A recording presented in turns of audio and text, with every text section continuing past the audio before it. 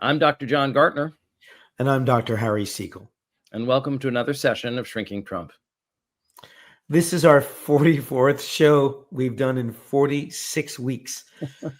And we began in the campaign because we were so alarmed by Trump's decline in cognitive functioning, as well as his severe narcissistic personality disorder with sociopathic features, which we explain every week in different ways, but really accounts for Trump's lack of empathy for others, his lack of a moral center, his pathological lying, which doesn't seem to bother him at all. And now he has been taking on the world, John. He's been showing our friends who's boss by disrupting our trade agreements, by making our friends terrified and fighting back and retaliating.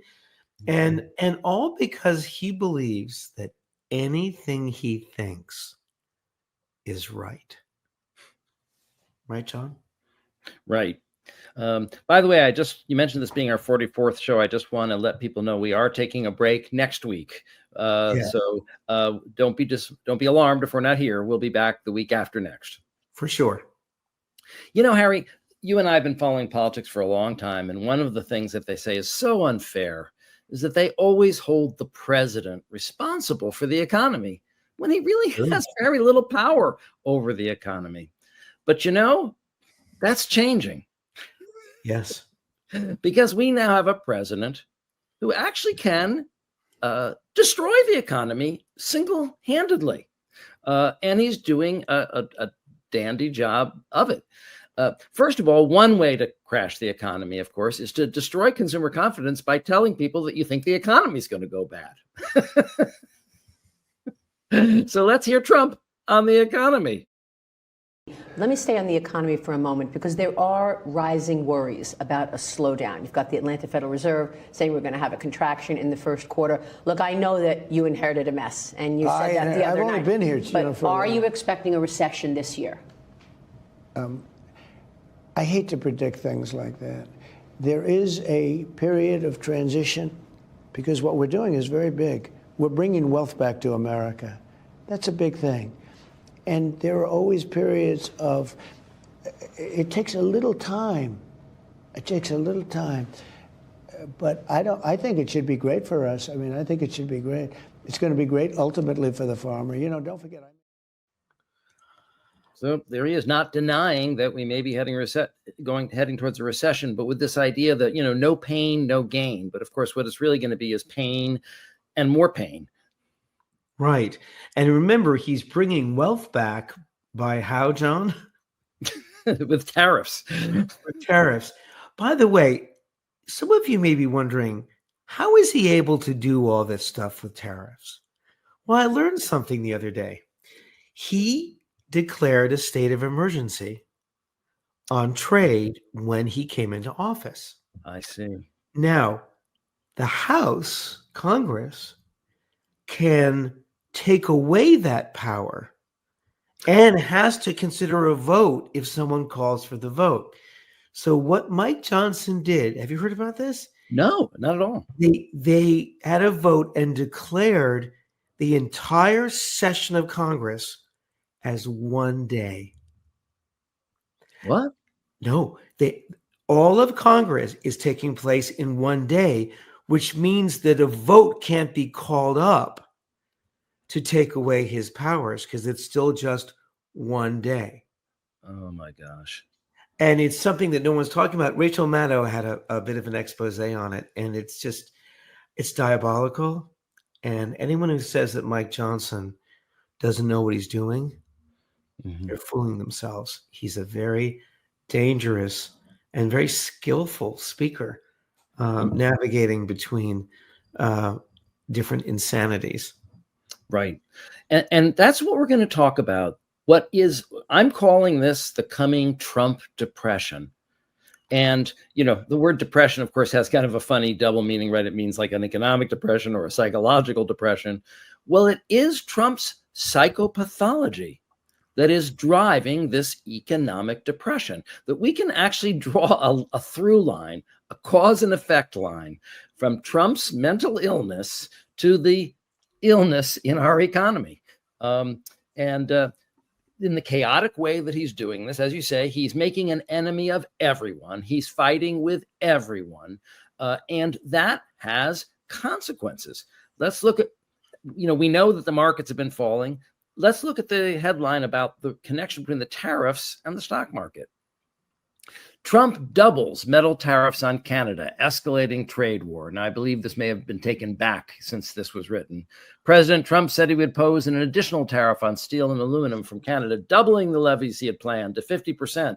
And right underneath it, market jitters, uncertainty. And after all, that's one thing that Wall Street hates the most, is uncertainty. And with all of this chaos, I'm tariffing you, I'm doubling the tariff, I'm taking the tariff away. That creates uncertainty. And now stocks are down nearly 10%. And 10% is an important number. Once stocks go below 10%, it's officially a correction. Right. No, exactly. And this was literally caused by him. Yeah. Yeah. The Wall Street Journal said this is the stupidest thing they've seen in economic history. In economic history? Yeah. They said in the history Wow. of economic trades, this is the dumbest thing they have ever seen. And they even said in another editorial that they were really, that they couldn't, that they wanted to even double down and say, it's even worse than they said. It's even more stupid than they said originally. Not only is it the stupidest economic move in history, but there isn't even a close second. No, it's so, but Trump thinks that anything that comes to his head is right. Well, one of our themes today is Canada fighting back. Absolutely. Those fighting Canadians. All right. So let's look at all, and this is part of the problem when you start a trade war, right? Not only are other people going to impose tariffs, but they're going to do a lot of other things as well. So let's look at this article about Canada fighting back. Ontario announces 25% tax increase on electricity exports to the U.S. in response to Trump's trade war. I didn't know this, but a large part of the electrical power that powers New York, Minnesota, and Michigan comes from Ontario.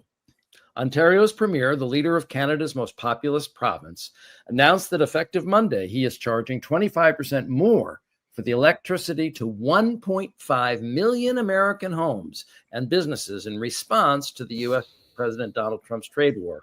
Ontario provides electricity to Minnesota, New York, and Michigan. Quote, I will not hesitate to increase this charge if the United States escalates.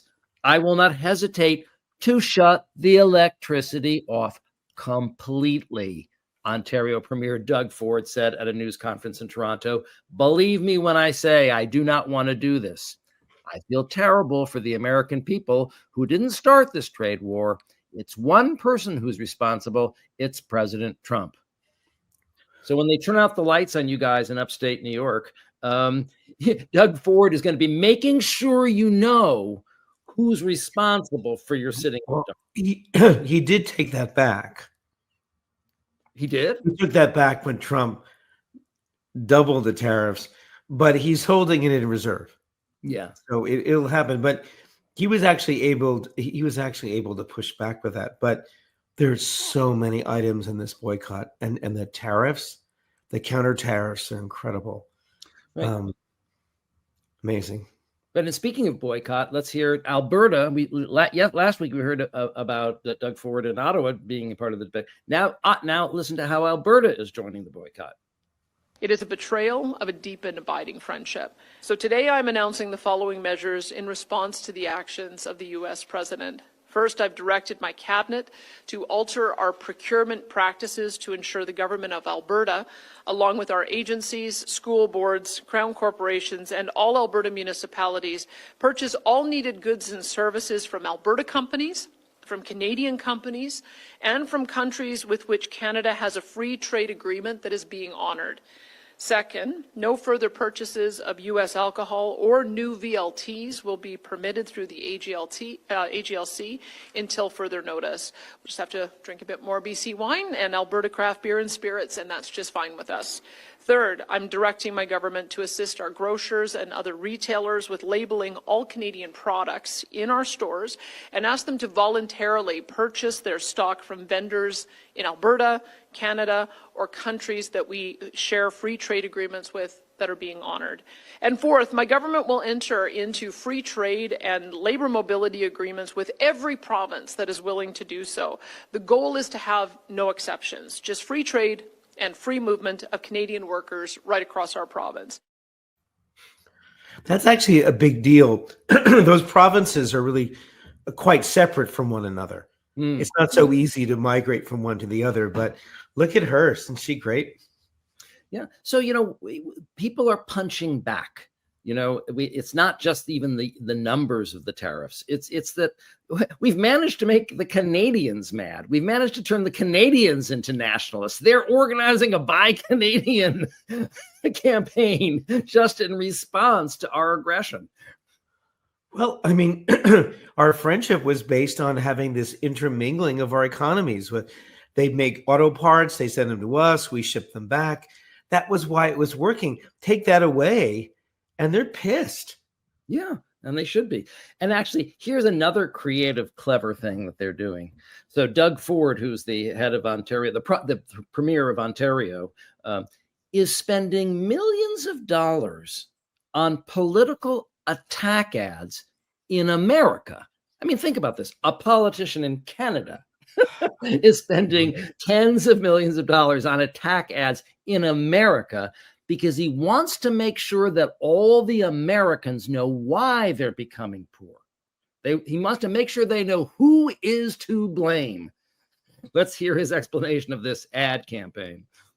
And we're going to ramp up the ads. We spent tens of millions of dollars, but now the ads are going to be a little different.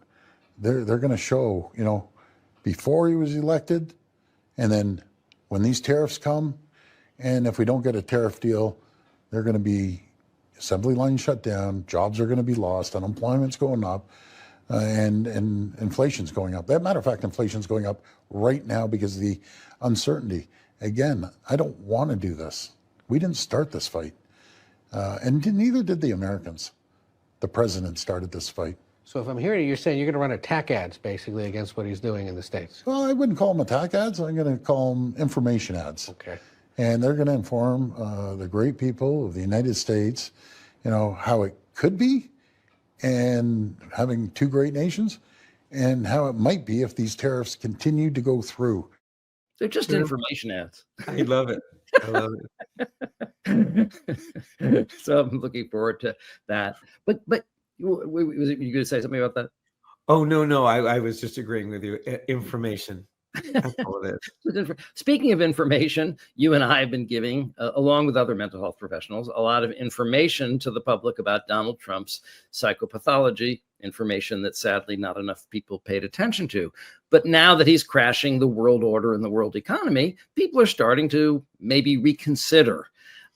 What's very interesting to me is one of the Canadian politicians, I don't know if this was in their parliament or in some other context, actually cited our book, The Dangerous Case of Donald Trump. Well, it's not just mine. There's 27 contributors, but edited by Bandy Lee. But this book did get a lot of impact when it came out. We know that John Kelly bought a copy of it secretly, remember, to try to understand Trump. And he said this was the first thing that really explained Trump to him. Listen to what this Canadian politician has to say about the book. Trump's repeated comments about annexing Canada and his actions reveal a sociopathy that was described in detail in the 2017 book, The Dangerous Case of Donald Trump. In it, 27 psychiatrists and mental health professionals made it clear that Trump is a sociopath who poses a threat not just to the U.S., but to the entire world. Some of the assessments of Trump's personality in the book include the following, and mind you, these are assessments made by professionals who work in the area of mental health. Trump is an impulsive, immature, incompetent person who, when in the position of ultimate power, would easily slide into the role of tyrant.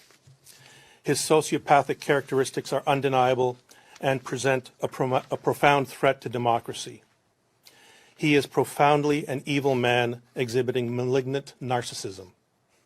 And If left unchecked, his pathological narcissism could lead to World War III.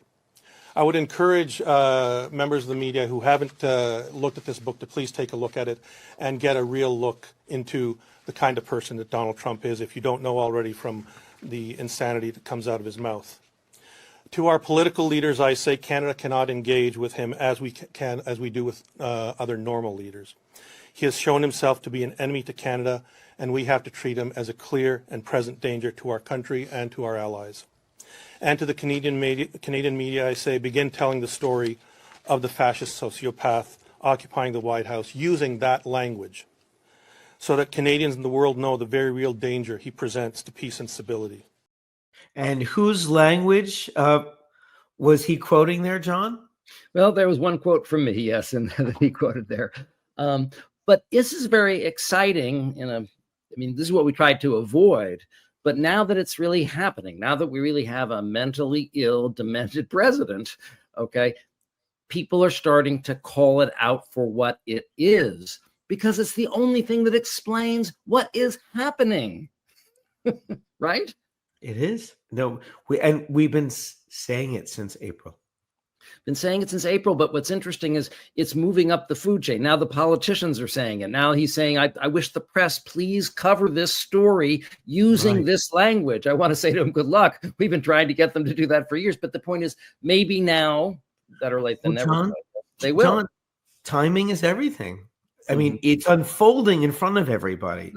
Right. You're going to start hearing people question his rationality. You just are. You just are. And as a matter of fact, we just did again on CNBC. I'm going to say this at risk of my job, Kelly, but what President Trump is doing is insane. It is absolutely insane. It is about the 8th reason we've had for the tariffs. And now he's saying he's putting 50% tariffs on Canada unless they agree to become the 51st state. That is insane. There is just no other way of describing it. And the trouble, Kelly, is that it shows there are no bounds around President Trump. This is very different from the first administration, where there were people around him who seemed to, I don't know what the word is, but smooth over some of the edges now. And the other thing that's not talked about, Kelly, is what's going on within the administration in terms of how they're treating the Constitution and laws. I think all of that is bad for the attraction of capital. And the gentleman from Bridgewater is 100% right. We need massive amounts of capital if we want to fund our deficits, pay for the things we want to pay for, sell our bonds, and have high stock prices. And it seems as if this administration is doing everything it can to chase foreign capital away. Well, and we could go into the strategy of the insanity as a strategy in terms of our trading Insanity is not a strategy. I'm sorry. I'm with you, Kelly, in trying to look for silver linings. I'm a sunny person. Not silver linings, tactics. Some explanation for this other than insanity. I'm ready to accept it if you can come up with one. That is so incredible. So incredible. And I love the way the journalist is trying to normalize it. Like, yeah, insanity as a strategy. No, insanity is not a strategy. It's a mental illness. Right. CNBC is like Fox. It's a very, very conservative network. And he even said, I might lose my job. Yeah. But you know, he has such suspense. He has such authority. You know what? I want to hear it just one more time. Hit it, Rex. I'm going to say this at risk of my job, Kelly, but what President Trump is doing is insane. It is absolutely insane. It is about the 8th reason we've had for the tariffs. And now he's saying he's putting 50% tariffs on Canada unless they agree to become the 51st state. That is insane. There is just no other way of describing it. And the trouble, Kelly, is that it shows there are no bounds around President Trump. This is very different from the first administration, where there were people around him who seemed to, I don't know what the word is, but smooth over some of the edges now. And the other thing that's not talked about, Kelly, is what's going on within the administration in terms of how they're treating the Constitution and laws. I think all of that is bad for the attraction of capital. And the gentleman from Bridgewater is 100% right. We need massive amounts of capital if we want to fund our deficits, pay for the things we want to pay for, sell our bonds, and have high stock prices. And it seems as if this administration is doing everything it can to chase foreign capital away. Well, and we could go into the strategy of the insanity as a strategy in terms of our trading Insanity is not a strategy. I'm sorry. I'm with you, Kelly, in trying to look for silver linings. I'm a sunny not person. Silver linings, tactics. Some explanation for this other than insanity. I'm ready to accept it if you can come up with one. I've always Ready wanted to to accept if you can come up with one. Come up with any explanation that explains the state of that isn't insanity. We're all ears. I'm so glad to hear that twice. It's so satisfying. It's worth it. I just the rush of suspense and the way he just keeps knocking it down and knocking it down. Yeah, no, it's not a tactic. It's this guy's crazy. And the commentator is fantastic. That has gone viral. Yeah, it has gone viral. I've seen it on 3 different venues already, and I just was so thrilled that we had it because it's just so good. I like it even better than the golf cart tape that I used to want you to play twice and 3 times. But maybe we'll play it again sometime. But people are starting to say it, right? They're starting to say it, and like you said, I don't think it's a small thing that he said at risk of my job. I think we should, honor him because I believe he did take a risk to speak the truth to the public. Yes. Yeah. So one of the things I've been trying to figure out is like, if they're clearly crashing the economy and putting it into recession, right? And everybody's going, but the millionaires aren't going to put up with that. Okay. And I keep saying, but the billionaires will. And that's his real constituency. Somebody on TikTok really gave a very concise explanation as to how a recession helps billionaires. The reason they want a recession is because when a recession happens, the economy plummets, a bunch of companies go bankrupt, and only the oligarchs have the money left over to buy up everything when it's being sold for a fraction of its actual worth. If the whole economy goes under, only a small group of people are wealthy enough not only to be okay, but to start buying and accumulating. They take advantage of people's desperation by buying up all these properties that are being liquidated so that when the economy rebounds, before maybe they own, let's just say 1% of the economy, but then when everything gets cheap, they have less money in an absolute sense, but everything else is dirt cheap. So they buy. And then when the economy goes back up, now they own 2% of the economy. Yeah, recessions are good for people who, have the hunger and who are, willing to buy, and they have the capital. Will this recession affect other countries or just the EU and America? It'll affect the entire world. Good point. So really part of this whole strategy economically and politically is to destroy everything, break everything down, take it over, and then exploit it. I think that's certainly a consequence, but I also think that Trump thinks what he's doing is going to be great for everyone because he has the thought. Mm-hmm. I think people around him are thinking, great, break it all down. Then we can snap it up at a bargain. Mm-hmm. Yeah. So, Harry, so I want to get back to one of these arguments we've been having about whether Trump is a Russian asset. And the question that I asked you last week was that you couldn't answer. 2 weeks ago. Two weeks ago was if Trump, as a thought experiment, if we do this as a thought experiment, if Trump was a Russian asset, in what way? Can you name even one way in which he would behave differently than he's already behaving or has been behaving for the last 10 years? Well, I think I agree with you that he's been pro-Russian and really sort of has this, either he has a crush on Putin or Putin has dirt on him, or maybe both. Yeah. But one thing that I would disagree with you at is Trump is never going to think of himself as a Russian asset. He will never think of himself as beholden to anyone, not in his mind. So that although he may act like one, I also think he has these moments where he feels like most moments where he feels he is the he's the commander of his own fate. Well, that's a good point. Internally in his own head. That's what you said. And so I think that you could be a Russian asset, but convince yourself that you were your own man. Right. Yeah. So it's he actually is a Russian asset, but he identifies as an American. Well, I'm trying to get at a psychological level a little bit deeper than that. He couldn't bear to think of himself as anybody's asset. Mm-hmm. That's not something he could tolerate thinking about. The moment he feels beholden to someone, he Mm-hmm. attacks them. Mm-hmm. We've seen this over and over again, right? With his handlers. You remember John Kelly, who he then threw under the bus? He throws everyone under the bus when he feels dependent on them. So it's complicated. And yet you're absolutely right that I think he wants to belong with Putin. I think he wants to be validated by Putin. And he's also always wanted to build a Trump Tower in Moscow. But he's also becoming, he's having early signs of dementia. He's not thinking very well. So I don't know. I think he is dangerously on the side of Russia, for sure. Well, the reason I'm bringing it up again is because, and this was right after we had the show this week. Otherwise, I would have shown it when we had this issue came up. But Senator Jeff Merkley in the Senate asks the same question. Yeah, he does. Thank you very much, Mr. Chairman. I wanted to ask you, Mr. Lando, is President Trump a Russian asset? Absolutely not, Senator. He's the President of the United States, duly elected by the American people. Well, the reason I ask is many people back home have been asking me this question. And they say, if he was an asset, we would see exactly what he's doing now. For example, he proceeded to forward or express from the Oval Office propaganda that has been Russian propaganda, that Ukraine started the war, that Zelensky is a dictator.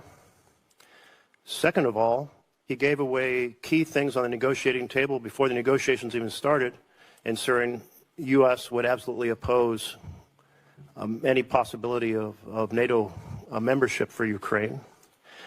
Third, he's cut off the arms shipments to Ukraine, completely undermining their ability against a massive neighbor next door with short supply lines and huge resources. Fourth, he's undermined the partnership with Europe, which has been essential to security over the last 80 years, a major goal of Putin's. And then he's done everything to discredit and dismean Zelensky on the international stage with the just shameful press conference in which he teamed up with the vice president to attack Zelensky. I can't imagine that if he was a Russian asset, he could do anything more favorable than these 5 points. What else could a Russian asset actually possibly do that Trump hasn't yet done? It's devastating. And John, it's amazing that you didn't tell him this, but he really picked up on your thought experiment. Yeah.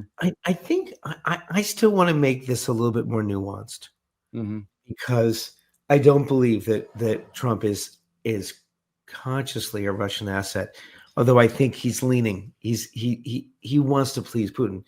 But let's take the last thing that Merkel said. So, in fact, I want to go back to. I guess this is my third stab at something that I think could be useful to our audience, to our viewers. So 2 weeks ago, I talked about how Macron had come from France, had spent the morning with Trump, got him on a Zoom call with the G7. All the G7 people said, hey, Trump, don't sell out Ukraine. We'll create a security a bubble around him. We'll pay for it. And you can do your rare earth minerals deal. And we love you and we think you're great and you're just so wonderful and Macron loves you. And that had happened that morning. And then Macron was in the Oval Office. And then when Trump started to say, well, we've paid more for Ukraine than Europe. And Macron put his hand on his leg and said, no, Donald, we paid more. Right? If you remember that. And I was really excited because I thought that Trump was being put into a box. And then I think you were excited because Macron put his hand on Trump's knee. What did I say? On his leg? No, you said you were excited when he put his hand on his knee. You got excited. So you got to be a little confused there. I didn't mean that. So Trump got excited. Maybe that's what you meant to say. I'm now completely flustered. So my point, though, is that Macron had really maneuvered Trump in a really interesting way, because Trump really has been wanting to sell out Ukraine for years now. Okay, and then we heard about the Friday press conference where he and Vance attacked Zelensky. Now, last week I watched that whole press conference, and what was very clear to me was for the first 35 minutes of that press conference, Trump was being charming to Zelensky. He was talking about wanting to be remembered as a peacemaker. Mm-hmm. He was saying, Biden couldn't do it, but I'll do it. I know he was thinking about the Nobel Peace Prize, making him more excited than Macron putting his hand on his leg, I guess. And also being quite charming with Zelensky. You know, reporters said to Zelensky, why don't you wear a suit? And Trump afterwards said, I like your clothes. Anyway, and as Trump was kind of floating up toward this deal, and he mentioned the same deal that Macron had mentioned, that Europe would mostly do the security, we wouldn't pay for it, we get the rare earth metals, Trump would be the peacemaker, and then Vance came in and attacked Zelensky, accused him of betraying us in the Oval Office. Trump jumped on him and it was all off. Mm-hmm. All right, I think there's a fight for which Trump you're going to get. Are you going to get the Trump who's floating over everything as the magnificent peacemaker, or are you going to get the guy who's really siding with Russia? And that's where Vance wants him to be. Mm-hmm. But what happened, and then Trump pulled the military assistance and the intelligence assistance away from Ukraine. And I was thinking, oh my God, it's all over. Mm-hmm. They're just going to die, you know. And then Rubio went to Saudi Arabia with Mike Waltz, who is Trump's national security advisor, and who was recently in Congress. Now, Waltz is a very smart guy, very hard line on Russia, but very smart and educated. Good. And Rubio kind of was, except that Rubio is such a weakling. But Rubio in the Oval Office looked like he was going to pass out. He was so upset. So they went to Saudi Arabia, and they got Ukraine to agree to a 30-day ceasefire, including everything that I just talked about: the European security, the rare earth metals for America, and Trump gave back the arms, restarted the intelligence, and then Rubio said this. Now listen to the language. This is ending this war once and for all. Today we made an offer that the Ukrainians have accepted, which is to enter into a ceasefire and into immediate negotiations to end this conflict in a way that's enduring and sustainable and accounts for their interests, their security, their ability to prosper as a nation. Enduring, sustainable, and their ability to prosper as a nation. That is diplomatic code word for Ukraine signed this because they were promised security and stability over time, meaning that there won't be a deal in which Putin can 6 months from now invade the country. So right now, Rubio and Waltz have gotten that grandiose Trump who's floating over everything as the great peacemaker. Mm-hmm. Mm-hmm. Who knows what comes next? Putin's going to say no. Mm-hmm. Trump's going to cave. J.D. Vance will whisper in his ear like Iago, and it will all start all over again. Yeah. This is how serious. This unstable, sick president who can either feel grandiosely, like the big man, or side with this vicious, mobster who's running Russia. And we're just waiting to see where he lands, who wins. And we don't know what. Right. No, I agree. There is an internal power struggle. And there are a few people, I didn't know about Mike Waltz, but I do agree with you about Rubio. It's sort of like, in the vampire movies, there's the people who are the vampires, and then there's the human beings who help the vampires, but they're still human beings. I think Rubio is one of those. And so even though he's willing to serve the vampires, he is still a human being. Yes. He is still an American. He doesn't still has a soul. country out. He still has a soul. It's charred and black, but he still has one. Well, John, you made an unconscious pun, and I want to seize on it, which is right. There's an internal struggle within the White House over this foreign policy position, and there's an internal struggle within Trump, and that shift back and forth. It's so much part of his pathology, and that's why I want everyone to realize that the moment Trump doesn't feel like he's great, he gets depleted, he deflates, and he gets vicious immediately. You see it when someone asks him a hard question at a press conference. He goes, "Well, you're NBC. What do you know?" Right? So we're waiting to see which side wins. Well, Harry, just to get back to this Russian asset issue again. Now that I have great esteem for your intelligence and your accomplishments. You're well-known professor of psychology at Cornell, an Ivy League school. You're won awards for your teaching. You've published in esteemed psychological journals. But there is someone who's actually smarter than you. Yes. It's called artificial intelligence. And somebody asked Elon Musk's Grok, is Trump a Russian asset? Elon Grok's chatbot calculates probability that Trump is a Russian asset at 2 Grok. Elon Musk's supposedly anti-woke chatbot Grok keeps spewing outputs that are hilariously opposed to the billionaire's views, including the newly minted President Donald Trump is a likely Russian asset, responding to a prompt from the Arizona Republican columnist, E.J. Montini. Musk's, quote, maximally truth-seeking AI, which is built into X, said after an analysis that the probability of the president being in the pocket of Vladimir Putin is between 75 and 85%. Just saying. I get it. Very funny. All right. Well, time for our resistors of the week. Yes. And this is a source of encouragement, and it should be a source of encouragement.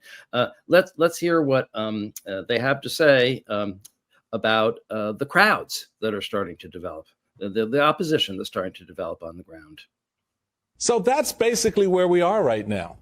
Markets falling off a cliff, an unelected billionaire continuing to gut the federal government, and Donald Trump essentially telling Americans to shut up and take it. And given all of that, given everything they're doing, is it really any wonder why we're seeing some energy on the ground out there across America? Is it really any big secret why big crowds are turning up at rallies and at town halls across the country? Congressman Mark Pocan held a town hall in his district in Wisconsin over the weekend. He invited people in the neighboring district, represented by a Republican, to join in. And in a town with just over 1,000 residents, hundreds turned out to see the congressman speak. Bernie Sanders hit the road this weekend as well for what he's calling a Stop Oligarchy tour. He drew a crowd of over 4,000 in Kenosha, Wisconsin on Friday night. On Saturday, he took his roadshow to Altoona, Wisconsin, and in a town of less than 10,000 residents, almost 3,000 came out to see the senator speak. And later in the day, he headed to a suburb outside of Detroit where about 9,000 people showed up for a rally. And here's the kicker. Each stop was in a swing district represented by a Republican. Senator Elizabeth Warren got into the action as well, addressing a huge crowd at the Texas State Capitol in Austin this weekend. So clearly, people are turning out, and they're turning out big for these events. That was Michael Steele, of course, who I'm sorry I didn't introduce, who is a former lieutenant governor of Maryland and a Republican, and also a friend of the show. And had been a chair of the Republican Party, too, John. Yeah, that's it. And he's got this new gig in the weekends at MSNBC, and he really has to learn how to read a teleprompter better. But I'm really glad for the information that he provided. So look, there's energy on the ground, and I was really glad to hear about those massive numbers of people, showing up for the anti-oligarch tour in congressional Republican districts. Yeah, this is really right. This is where if our hope lies, right? If Trump can piss off enough people by doing enough damage, right, that the people within the Republican districts will throw the bastards out. Yeah, and in fact, our guest this week has a remarkable take on that, which I think he does appreciate. Yeah. So Yeah. stand by for the interview. Yeah, really do stand by, because he really makes a very optimistic case for Trump's being so horrible that he's going to produce so much reactance that the resistance is really starting to develop and will show itself, especially in the midterms. Something that I've been suggesting for months now. Well, he is calling that hopium. So maybe that's what you've been smoking. Let's hope it's real. But speaking of these demonstrations, I just wanted to show a few photographs. So now, because he's attacking so many segments of society, you really have to super specialize now with your protests. Okay, so a lot of my patients and friends are scientists in the Hopkins community. There's now a March for Science. Yeah, that took place. Let's see that picture. So here is the March for Science in Washington. You can see this large crowd of people. It's a little bit like Where's Waldo. I actually know a few of the people in that crowd. That's Washington. Now let's see New York. Also, this March for Science. These are protesters in Times Square. And this weekend, there's going to be another protest, this by veterans. Let's see that. Veterans are planning on marching on Washington, D.C. and all 50 state capitals this weekend to protest the Trump administration. The veteran job cuts, they're cutting 80,000 jobs at the VA. So actually, this is a double cut, because they're cutting services to veterans, but about a third of the people they're firing are veterans. So they're double screwing the veterans, basically. And so now there's going to be marches and demonstrations around that. So our encouragement goes to them. And then we've pointed out a lot of these principled resistors, many of whom have left publications that have gone bad, especially the Washington Post. I'm actually very sad to report that Ruth Marcus, who's one of their premier columnists, who think I've been reading for 30 years, has decided. She wrote a column that was critical of Jeff Bezos, and he refused to publish it. And that's why she left the Post. And this is an essay that she wrote. I'm just going to read the cover. I'm not going to read the essay, but Why I Left the Washington Post. Owner Jeff Bezos wants to transform the opinion section of the paper where I worked for 40 years. After the publisher killed my column disagreeing with that move, it appears here in full, I decided to quit. So hats off to her. And she's a principled, person resisting this fascist takeover, but it's also so sad that we're losing Ruth Marcus from the Washington Post, and someone else is going to take that position who's more sympathetic to Elon Musk and the vast right-wing conspiracy. It's not the last, though, we'll hear from Ruth Marcus. No, that's she will land, and she will continue to have great opinion pieces, and we really admire her. So. And my last resistor of the week is Congressman John Larson. This is actually a long piece of tape, but it's worth it.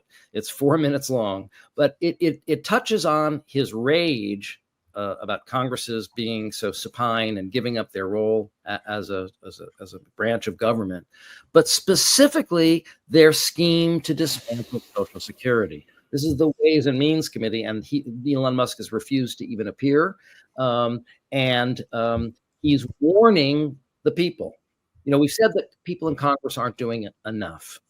In some ways, it feels a little unfair because their power is so limited, right? Here he is using the power of his voice, right? Which may be all they've got at this point. But he uses the power of this voice. This has gone viral. And here is really a very powerful and inspiring statement of resistance from this congressman. Indeed, a sad morning. very sad morning when this committee, the oldest and most continuous in the Congress, neglects its responsibility and essentially holds this hearing today to block any further discussion. The men and women on this committee are good people. They're honest and caring people. And that's why I do not understand why you would relegate this committee to no longer being of significance and resort to saying you will do whatever Elon Musk and Donald Trump tell you to do. Where's the independence of the committee? Where's the legislature? We're an equal branch of government. And you start off with a blather, and yet look at the empty seats here. Where's Elon Musk? I'm sure he's a genius and is a very credible person because of the wealth he's accumulated. But that does not put him above the law or the responsibility to come before this committee in this Congress. If he's so great, if these plans and all the fraud and abuse that he's found are so eminent, why isn't he here explaining it? You know why. Because he's out to privatize Social Security. He's been on television the last couple of days talking exactly about Social Security, Medicare, and Medicaid, and what he intends to do. Privatize it. The American people, some of them may have been born at night, but not last night. People are aware of this.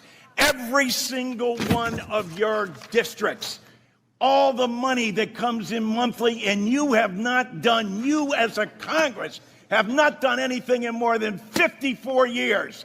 And now you have someone coming in to privatize a system, something you have longed to do going back to 1982, because Elon Musk thinks that this is the best thing to do.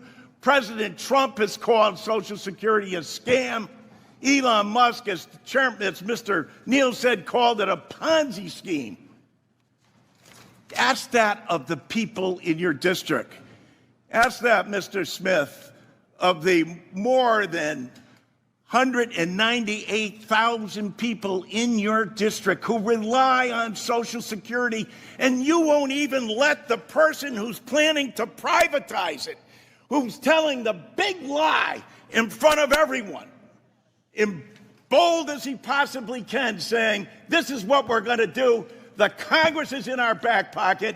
We don't even have to come before them and testify because we control the House, we control the Senate, and we control the presidency. And it's the tyranny of the executive. It's why these resolutions were first adopted back in 1789, because the founding fathers knew that the executive branch does not have total authority over the legislature unless you have a willing party that says, no, we're going to do exactly what you tell us to do, Mr. Musk and Mr. President. It doesn't matter to our constituents. It doesn't matter how much money they are not going to receive. We're not even going to tell them the truth about what's going to happen to them.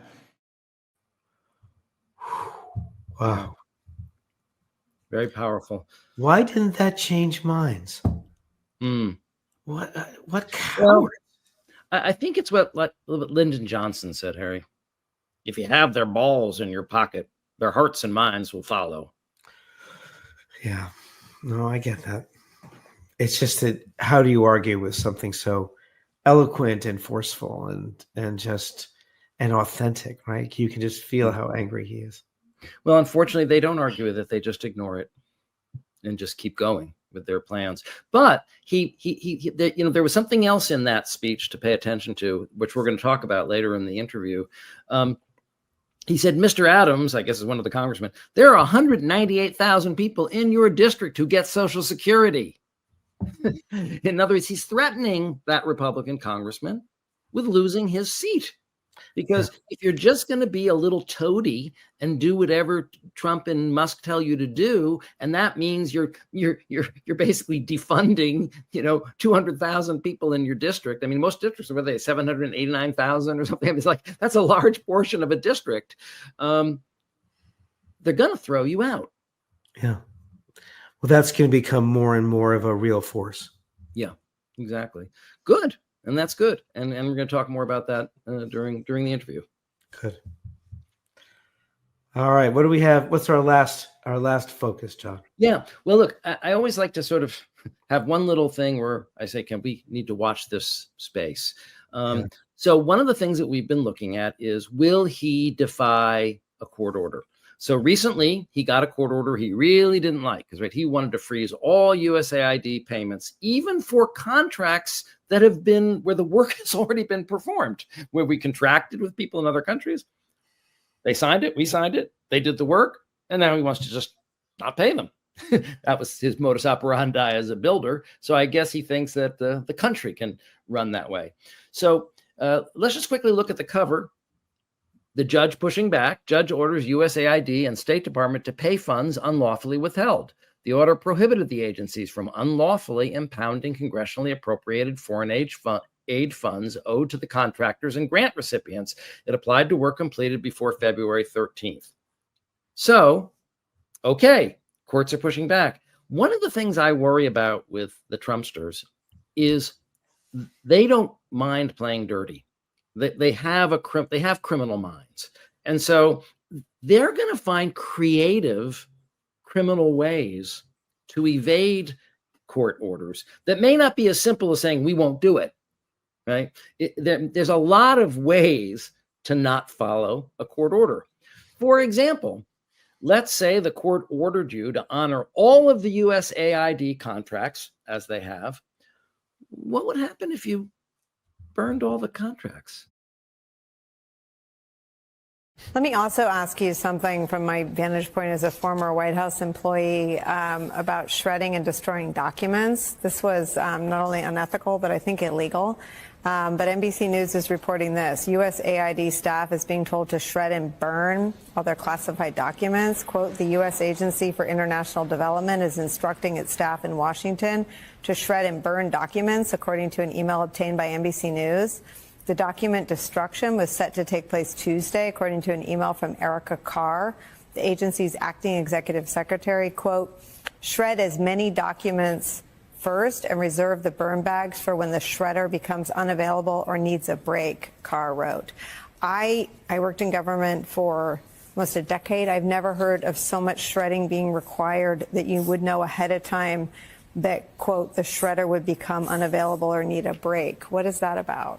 Right. I actually this morning got a message from somebody who left USAID earlier this year and passed along this email to me. And my response was naturally, is this standard operating procedure? And this individual said no, that they had never heard about burning or shredding of federal records at USAID. But then again, this individual told me they've never heard of the entire agency being gutted and their headquarters at the Ronald Reagan building being shut down. So there's more than one way to avoid a court order. Well, and I'm assuming that all those documents are also on hard drives, but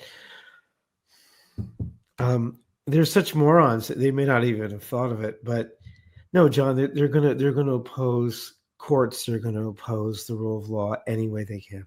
And this is totally ham-fisted, and I mean, you could really argue that this is so crude, that they're not going to get away with it. Like you said, I mean, there's backup records, and you can't just make all the records disappear. Not to mention the fact that destroying federal records is a crime in and of itself. But of course, they love to commit crimes to cover up crimes. That's kind of how they roll.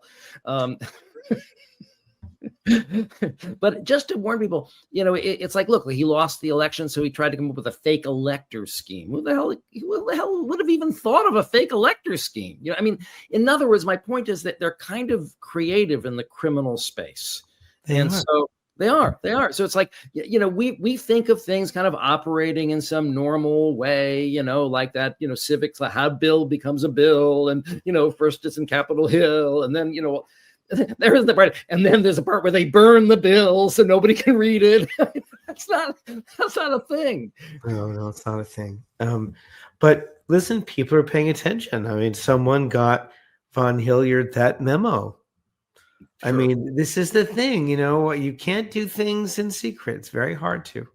Mm-hmm. Not in this day and age. Not with all the media, not with all the cell phones and things. So nothing is going to remain hidden. If Trump really does bring down the democracy and becomes an autocrat, there will be so much footage and evidence of it. Mm-hmm. It will be done in plain sight, as you always say. Yeah. Well, I'm very excited to introduce our next guest, Amed Baba. He's the founder of a best-selling Substack, Amed Baba News, and he's a columnist for The Independent in Britain. He has documented every day of Trump's first term, and he is one of the first people to really cover Project 2025 in depth. So that's really what we want to talk to him about. Now, he's been quoted and cited in the New York Times, Washington Post, CBS News, Rolling Stone, and others. So we're very lucky to have him. Welcome. Yeah, thanks for having me. I love the work you guys do. I'm excited to Thank you. Help, navigate this authoritarian insanity we find ourselves in. Oh, yes. Well put. Yeah, so I'm happy to be here. Thanks for coming. Well, having the fact that you've studied Project 2025, and unfortunately so few people did, right? As you've been watching the unfolding of this manic destruction of our society, you must be looking at it with an extra set of eyes, where you're saying, page 49, page 750. So can you maybe tell us what the playbook is that other people might not realize, that there's actually a method to this madness? There is surely a method. And thinking about what's going on now, page 43, right? Russell Voughts, now OMB director, he wrote the executive chapter, right? The chapter on the executive and reshaping it. So what we're seeing right off the bat with these firings and these purging of federal civil service workers, this dismantling of agencies, this systemic targeting of key programs, this is straight out of that executive chapter, right? They're seeking to not only purge nonpartisan civil servants, this next step that I think Russell Vought wrote a memo on that we can touch on in a little bit, that I think really gives us insight into what comes next. But what I'm looking at is this dismantling of agencies and reshaping it into their own image by what the next step is, I think, is loyalists. They want to install loyalists to replace these civil servants. And so that's really the big thing. And then obviously the DEI pushes, which targets fundamental civil rights. They targeted an executive order the Heritage Foundation has wanted to repeal for decades. It's really, they're using it as a checklist, man, just to put it in different terms. They're using Project 2025 as a checklist. Part of that, too, is the privatizing of things. I think people are starting to understand that Elon Musk and Trump are coming for Social Security and Medicare. They're talking about these entitlements as fraud and Ponzi schemes. And it seems like their end goal is that we would privatize Social Security, and then we'd all be putting our money in their Bitcoin rather than the government taking care of us. Yeah, it seems like they want to privatize it. They want to make it more like a 401k system attached to what, like a crypto of some kind. If we do go, what will be attached to Trump coin? I don't know what it would be like. I mean, they're really Musk is calling it a Ponzi scheme while they're seeking to potentially turn it into one. Right? They really want to defund these programs. Yeah, they want to defund these programs because they're trying to make room for the trillions in tax cuts that they want to restore here. And I think fundamentally, this is why we're seeing this backlash from people, because you're going for these programs. You have Musk unilaterally making these cuts. He might have had his role limited in the last week. We'll see whether Trump stands by that. But what we have seen is this systematic targeting of government, reshaping it into the far right's image, meanwhile almost eluding of government by targeting these programs, enriching themselves, while the average American gets the short end of the stick. And that's what I think Democrats need to message around, is that very clear, transparent, anti-corruption message. But they've been having a really hard time messaging on it, and partly because of the barrage, right? They flooding the end zone, as John would say. But do you see them stumble very much?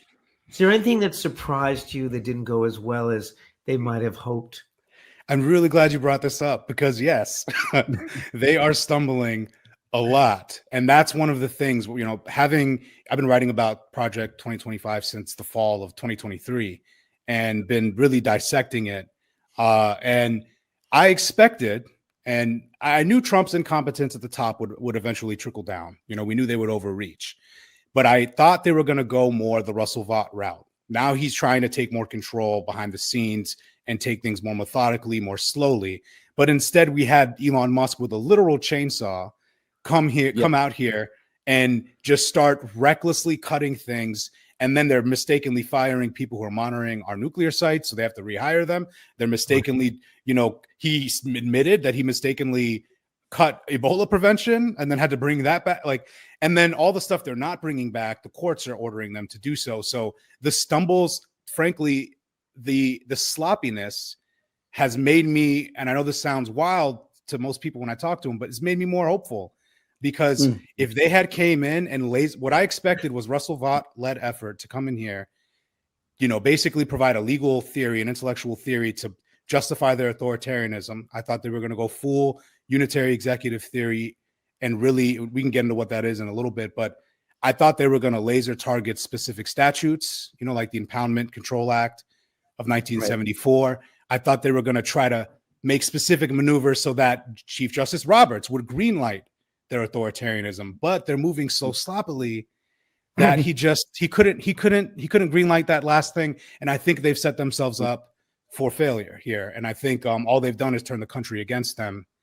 And I'm hoping this means they're slowed down in their efforts, because they move so legally dubiously that it's, like you said, Harry, it's just a real reckless incompetence they have. Would it be fair to call them the gang that couldn't coup straight? That's a good, yes. I think it's more than fair. I think it's justified. One way we've been talking about on this show is that you have the authoritarian trajectory, the things that Trump wants to break down, and then you have his severe narcissism and his really, the way I put it, Amed, is that because he thinks anything that he says or thinks is right, then he's going to make all kinds of mistakes. So my thought was, what falls first, the system or Trump tripping over his own feet? And right? Yeah, no, exactly. And I think what we saw was him tripping over his own feet right out the gate, right? Because his ego is so fragile. He gets so easily distracted by these sideshows. He simultaneously wants to raise prices on Americans while talking about taking over Greenland, while talking about Panama. Like he can't keep his head straight because he's in this. Someone handed him some book on McKinley, and now he's like obsessed with terrorists from the 1800s and obsessed with conquering and increasing land, like just like base instinct Neanderthal thinking this guy's got going on. And I think what we're seeing is that stumbling. And he thought he could just have Musk be his operator. Initially, I thought it would be J.D. Vance, given he was the Project 2025 pick, the Heritage Foundation. We thought the same. We thought the same thing, and then Musk comes in. Yeah, and Musk comes in. Go ahead, John. Well, I was going to say, and I believe that Musk is hypomanic. I mean, that he actually has a manic temperament, and he's sleeping there. He's saying we're up till 2 a.m. We're working 90 hours a week. We're outpacing the deep state. But I think some of the chainsaw recklessness that you're talking about, the kind of crude ham-fistedness, like, oops, I sliced off the wrong arm, sorry, Yeah. is because it's so manic. I think that's part of it. It's part of what makes it scary, because it's so chaotic and it's like a whirlwind coming at everybody, coming for everybody. But also that's what makes them stumble, because there's no nuance or timing or consideration of reality at all. No, exactly. And that's the thing people forget about the first term. A lot of people who defend the first term wasn't as bad as it could have been. It was as bad as it could have been in spite of him, not because of him, right? Like, we had guardrails. We had John Kelly. We had Mark Esper, who said he couldn't shoot protesters. We had people around him that prevented. We had, I guess, Mnuchin was like that, in Spider-Man 2, holding the train, by himself. Like, he was single-handedly preventing all of this, I guess, at Treasury. But basically, he had these guardrails, and now we're getting pure, unadulterated Trump and MAGA id. We're getting Musk, who is just, allegedly a ketamine-addled person who's out here just manic, unhappy, miserable. And then we have Donald, who's equally unhappy and miserable, just inflicting their will. And that's the volatility we're seeing in our material reality now. And our government is now becoming equally volatile. And this is what we were warning about this whole time. Exactly. And he's crashed the world order. Exactly. I mean, in only 8 weeks. I mean, it's astounding, isn't it? It's the amount of destruction in this short period of time is unbelievable. Yeah, especially to the world order. Like, this is a fragile 75-year world order that upheld liberal democracies, prevented Russian aggression. It was there for a reason, and he just is so focused on. He's so transactional. He just focuses on, well, what's in it for us to protect Ukraine when Russia might have more resources we need. And also there's his weird affinity and ties to Putin, of course, informing that as well. But we have this, he's disrupting a 75-year liberal order, and it's clear he wants to realign ourselves to be more like the people who think like him, those other manic, insecure authoritarians. Those are his peers. Those are who he wants us to ally with. And you can see basically, and I'm glad you all frame all of this from a psychological standpoint, because that's really what all of this is coming from. It's coming from his mindset and who he sees shares that mindset. But it does seem you're right. Before he had, go ahead. Well, before he had normal people. You got to stop doing this. Go ahead, John. I'm gonna shut up. Before he had some semi-normal people, they might have been, like, I think of like Rex Tillerson. He wasn't exactly a neutral figure. He won the Russian Medal of Freedom. You know what I mean? But he wasn't a traitor. You know what I mean? And now what we've got is we've got J.D. Vance, who's really actually kind of getting Trump back on script against Ukraine. In other words, now we don't have American guardrails. We have Russian guardrails. We have people who are part of the Project 2025 team, right? Yes. Who are going to be driving this project in a very specific direction. And so here's a question. You mentioned phase 1. You mentioned phase 2. Now let's really scare the shit out of our audience. What's phase 3? Well, they rushed phase 3 a little bit at the beginning already. Like, what they did was they did it all at once, right? So it was supposed to be phased. It was supposed to be purging, replacement, reshaping into a loyalist apparatus. And then phase 3, you inflict the agenda.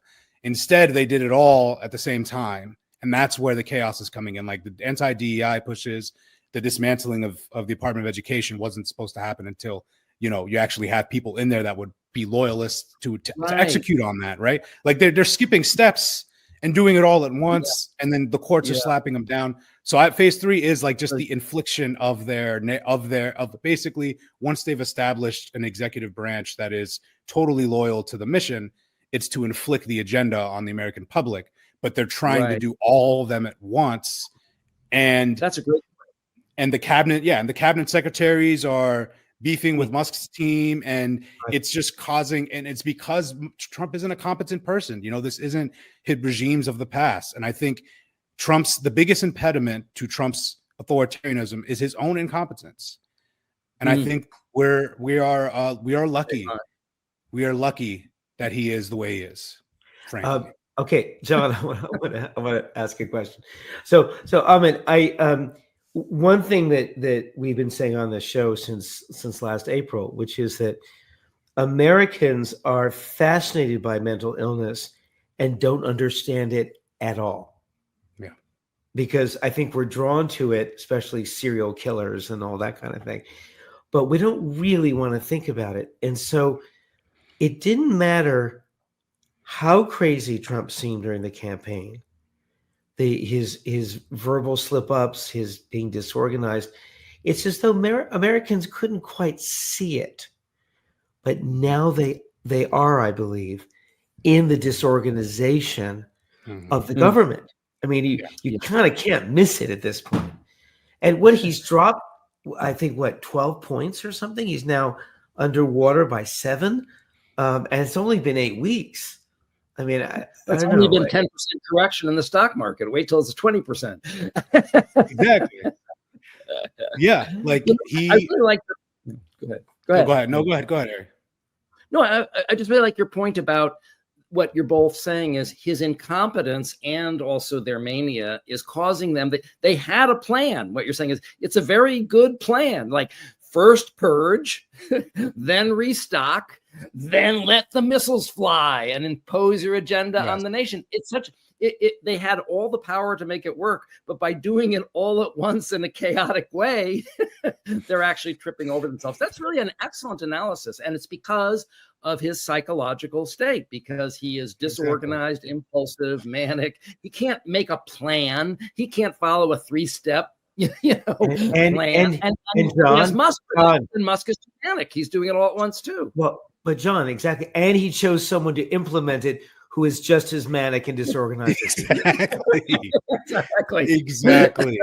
That's the thing, and yes, and you're spot on, both of you. And Harry, to your point about the campaign. Yeah, in the campaign, they're like, oh, he's just rambling. And they're thinking, oh, in the first term, he rambled about a lot of things, but a lot of those didn't come to pass. Meanwhile, we were all warning, the guardrails won't be there next time. Please don't elect him. And then they did. And now the country is feeling the impacts of his unhinged mental state and his hunger for power. Everyone is feeling that. And then he put in place Elon Musk to do this. And like you said, John, he's insane himself, right? He's out here running around. He's an egomaniac. Whereas during the summer, once he picked JD Vance, JD Vance has been on board. JD Vance called for the purging of civil servants, and I think it was 2022 or 2023. Yeah. He has been talking about this. Kevin Roberts, president of the Heritage Foundation, loves JD Vance, and this is the culmination of a decades-long conservative plan. They wanted Reagan to purge more civil servants back when he implemented their 1980 mandate for leadership. They've been wanting these things to happen for a long time, but basically, so I thought JD Vance was going to be the guy. But Trump doesn't seem to like JD Vance that much. But one of the things I just want to note for people to look forward is that Russell Vought is quietly moving in the background right now. And he issued a memo 2 weeks ago that instructed federal agencies to basically prepare for mass firings by today. I think the date was March 13th to deliver plans to OMB to let them know what kind of firings he was going to take. And then phase 2 of that memo, which I saw no one else report except for me. I have to go look again, but it was phase 2 of that memo that said, I want all these agency heads to basically create a system where they're screening all of the new hires. So that to me was, there's the loyalist part. There's the loyalist recruitment directive.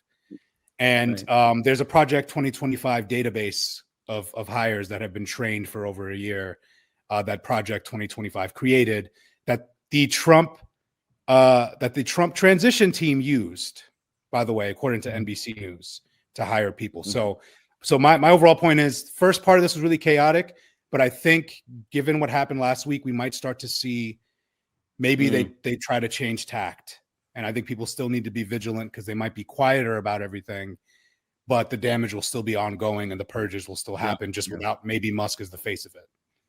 Right, because Russell Vought is more of a very competent technocrat, right? And so he's operating in a more slow but systematic way. Yes. And so all of the hysterics and the drama are with Elon Musk, but he's like quietly a submarine kind of moving in the background, ready to kind of nuke the whole government. Yeah. Yeah, but a federal judge just today, Mm-hmm. right, just stopped these mass firings that are being done right over poor performance and really sort of bullshit stuff like that. So you are seeing a nice response from the courts, and so far, the Trump administration seems to be obeying these court mandates. What we've been worried about is what happens when they don't. Yeah. Right? Yeah, that's what I've been worried about too. They've been obeying most of them. Some of the funding freeze ones, they've been ignoring. Like USAID reinstatement, they've been ignoring a couple of them, but for the most part, they're complying. On the they reinstated the non-probationary employees today. This is Thursday for everybody watching. So they did that today, and that's we'll see what they do. But this is one of the ones I'm actually worried that SCOTUS would uphold, just because that's one of those where Chief Justice Roberts might see cover to allow them to fire federal employees, and they think they can make a unitary executive theory basis for that. We'll see. I hope not. I hope they've still been too sloppy to move beyond that. But yeah, I mean, we see the court slapping them down. But on that one point you're making about the defying of the court orders, that's worrying. But I do think there are some. If the courts step up, there are some. They do have some countermeasures, like they can levy unlimited amounts of fines, right? So let's say they want to just fine Elon Musk for his entire net worth, right? Obviously, the enforcement of that would be the DOJ. But what if they gave a directive to the U.S. Marshals, right? What would happen then? Then you're in a crisis of whether they obey the courts or they obey the DOJ. It's just, we don't want to test this, basically that's the worrying scenario. So you're right to call that out. And there's a middle way he has. We talked about this earlier in the show. So yes, they've been told they have to reinstate all the USAID, pay all the USAID contracts. So we now know that they have ordered them to shred. They've closed the building of all employees and ordered them to shred all the documents in the building, basically. So when they come back and say, well, did you honor the contracts? They'll say, what contracts? I mean, think about how ham-fisted this is. You know what I mean? It really is the game coup straight. It's so blatant. We're just going to come and destroy all the government records. And that's how we're going to get beyond the court order. And are they going to get away with that? It's so ham-fisted. Yeah, I mean, and the gang that couldn't coup straight, I really like that one a lot. Like, I don't think I've heard it. It gets me laughing every time I hear it. Yeah, I mean, it's just, you're right. They just couldn't coup straight, and they're doing this, and the way they're trying to, now, like you're saying, they're destroying documents, and it's just, it's too much, too fast, and I think the ultimate effect of this, courts or not, whatever happens, is the American people are watching it, and these town halls saw huge turnout, and we see poll numbers decreasing. And although Donald is behaving like he has no more elections to run, because he doesn't, House Republicans do. House Republicans in swing districts do. They have to care. Right. So that matters. There's a tight majority that Speaker Johnson has. So Trump may be behaving this way, but the downstream impacts are these House Republicans have to deal with the consequences. And I really think the way they've behaved in this last month, sometimes first impressions, they stick, and no one's going to forget this, even in 2026. And it seems like it's only going to get worse. So, but can't all those Republican congressmen afford to lose all the senior citizens and all of the federal workers and all of the federal contractors and anybody who has a 401k or own stock? I mean, they can lose all those people, right, and still win. Yeah, I mean, they can tank the entire Trump. Yeah, they can take the entire economy apparently, and then just hope that the dollar bills that Musk deploys also can turn themselves into people and vote. But like, I really think we're in a situation where they can't afford to lose all these people, and they're going too hard, and the tariff back and forth makes no sense. You see people, Steve Leisman on CNBC the other day, who's a real straight shooter, went on this. Yep. You know, he went. I'm going to at risk of losing my job. This is absolutely insane. We actually showed it earlier. We actually showed today. Yeah, perfect. Perfect. Right on. We're right on it. Yeah, and it's like, it's insane. And any objective human being can acknowledge this. And everyone has their 401ks tied, and there's all he's saying is we need, we short term. I won't do the impression. I used to be better at it. We need short term pain for long term gain, but there is no long term gain. He has not articulated any rational he keeps talking about McKinley and these tariffs. October 1890 tariffs from McKinley. Guess what? They rose prices, and Republicans lost the House back then. Yeah, and McKinley was assassinated, so don't forget that. It went bad all around, and I really just think. Look, the last time we had tariffs, it brought on World War II. I mean, it's just and the Great Depression. They can lead to war, depression. That's no. Well, trade wars tend to lead to real wars. That's just sort of what happens. But no, Amed, I'm just thinking about what you're saying. That so you're saying something that I've had sort of an intuition about, which is that if there is an effective pushback or resistance, I mean effective, I don't mean just flailing. It means other people's self-interests are kicking in. Yes. And if Trump had managed to do this in a very quiet, slow, methodical way, that wouldn't have happened. But this is kicking it up so hard. I just heard the other day, right, that Musk wanted to get rid of the 1-800 number for senior citizens to call for Social Security.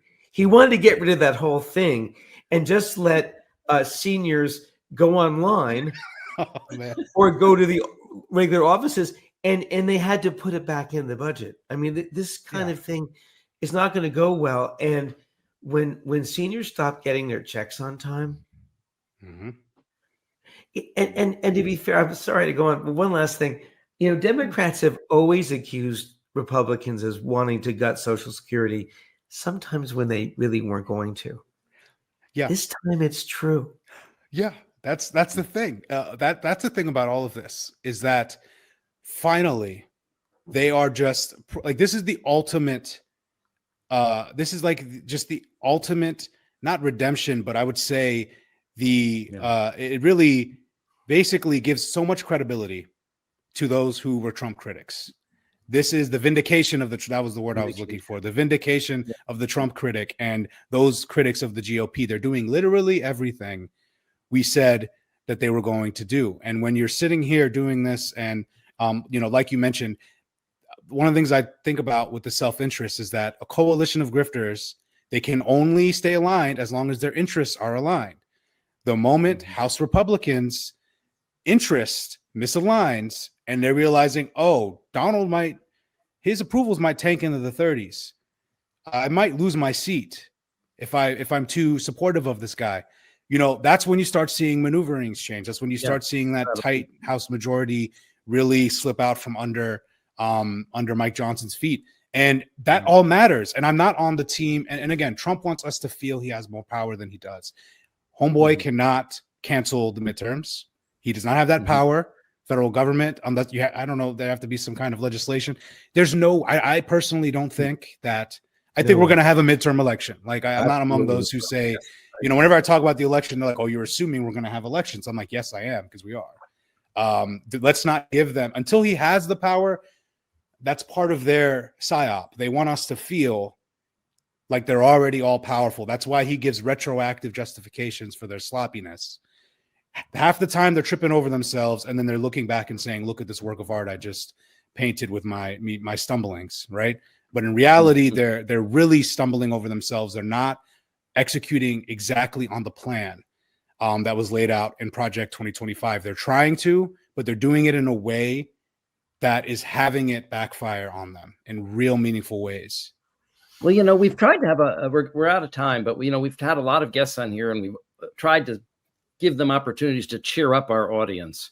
And it's really only had very mixed success, but I would say you have succeeded. Because I love it, because if it's so bad, if it's so chaotic, if it's so insane, if it's so manic, right? If they're the gang that couldn't coup straight, then they're gonna fuck it up. Yeah, no, exactly. Yeah, no, and thank you. I'm happy to provide some hopium here for everybody to just like take it in, because and the thing is, I know I'm a natural optimist, but I was really scared first week. You know, I was scared. You know, so I have been realistically maneuvering with what's going on.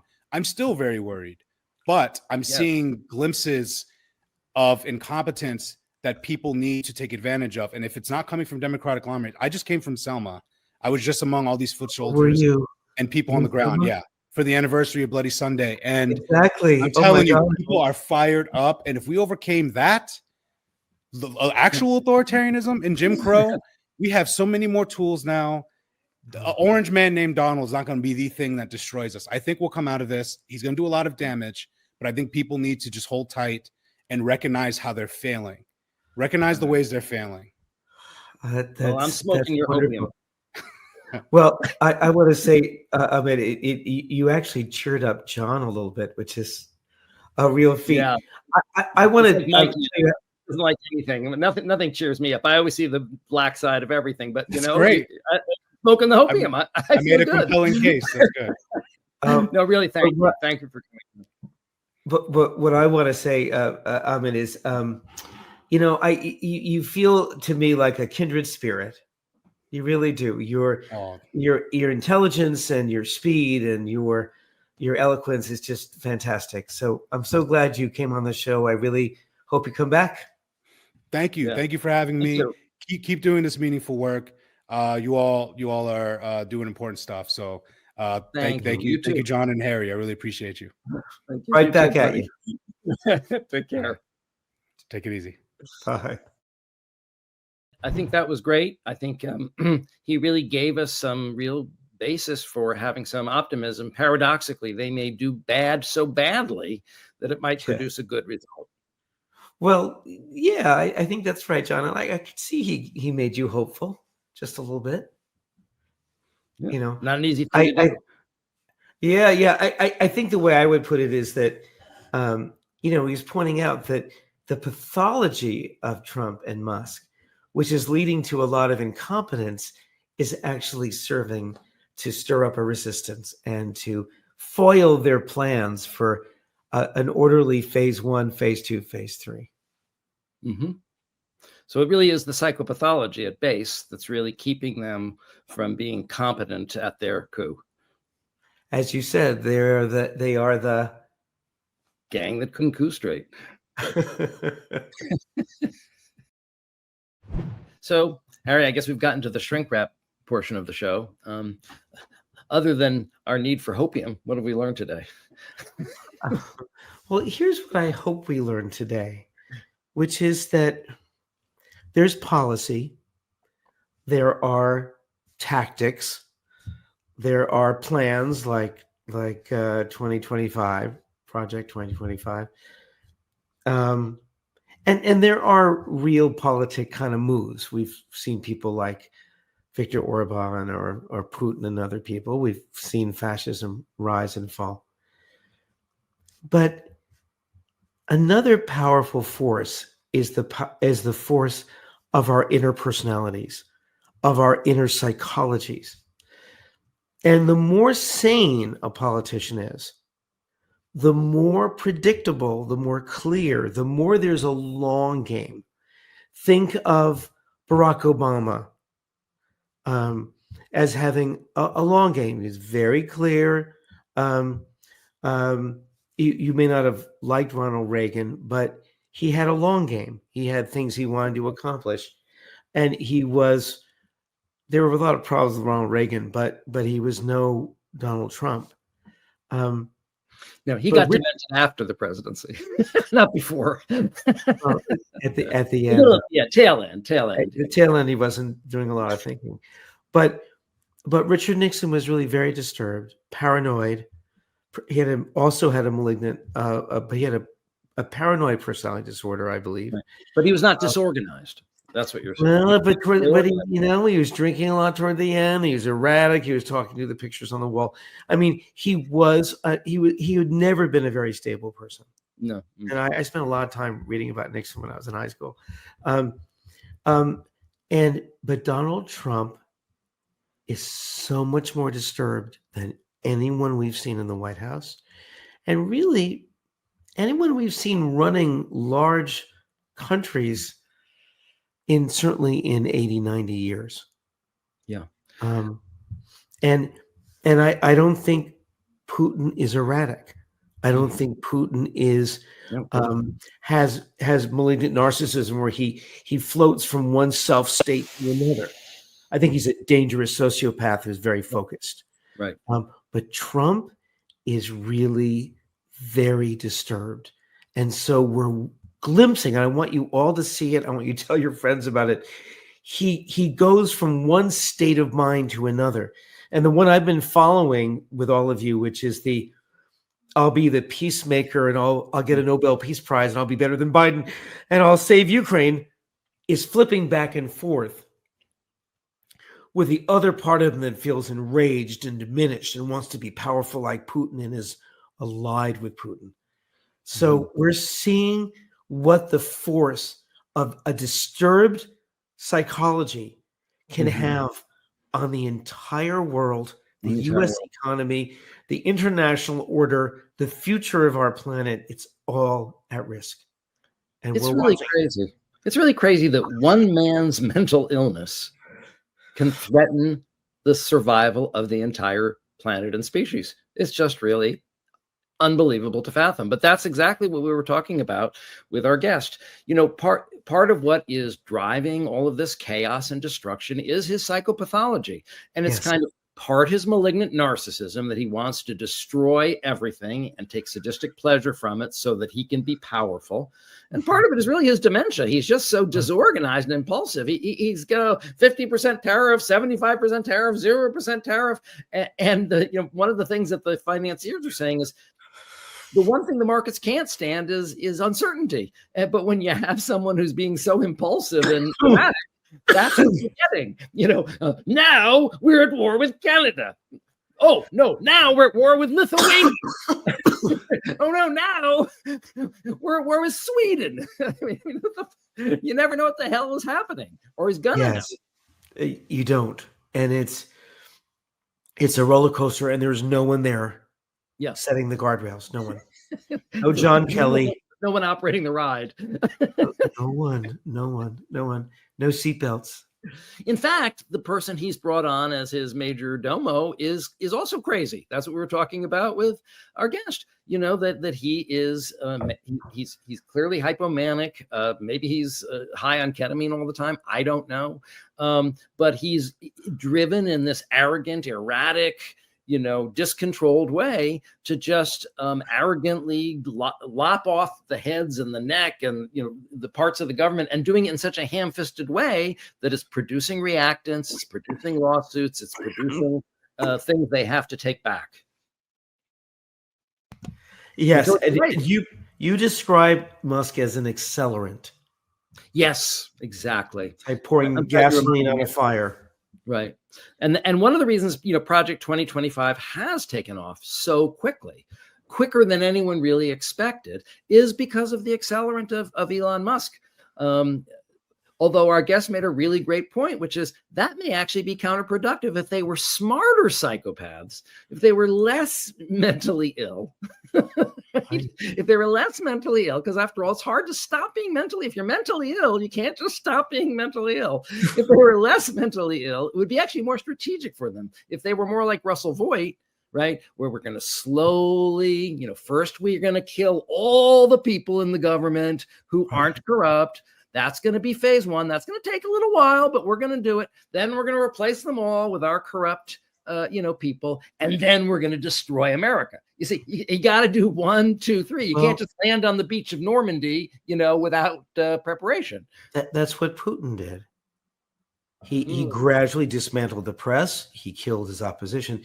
The one place where Putin is crazy, though, and the grandiosity, like Trump's, but much more regulated, was attacking Ukraine.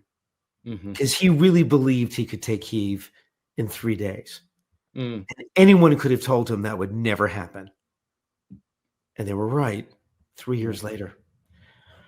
Well, that's what we want you all to think about. We also want to remind you folks that we will not be posting a show next week. We are taking a well-deserved vacation after months and months, but we will return in 2 weeks. So please don't miss the show when we come back. John, I've been thinking a lot about Canada this week.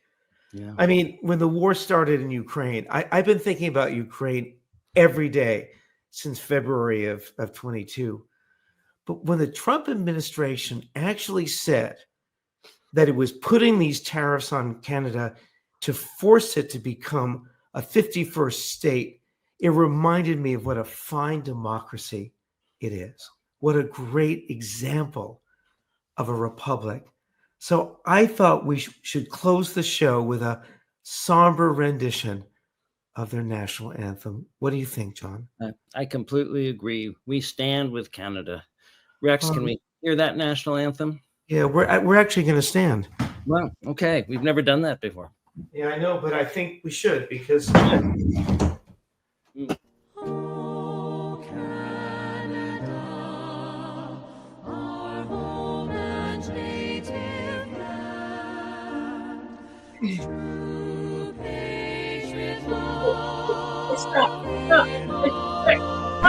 Stop the music.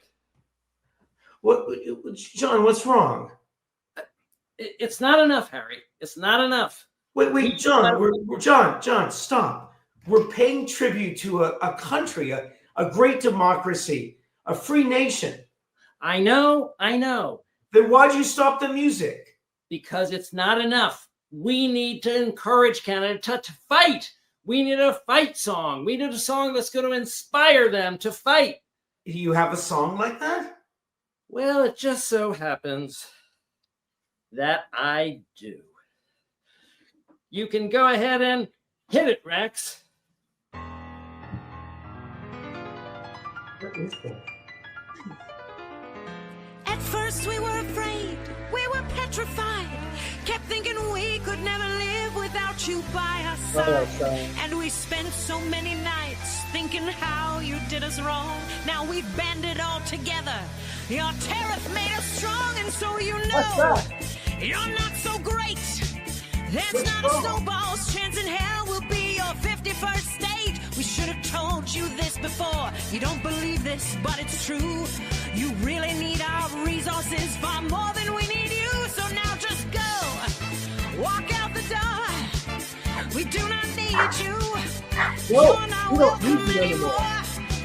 Weren't you the one who instigated these trade fights? You'll soon grow to regret it when we turn out your lights. That's right.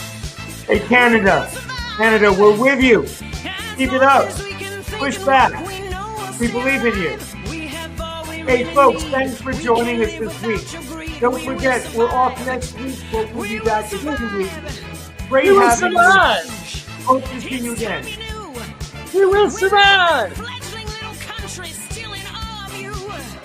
We are now a nation proud that is happy to Bye, be folks. free. Proud. You didn't realize you gave us our own identity, so now just go. We will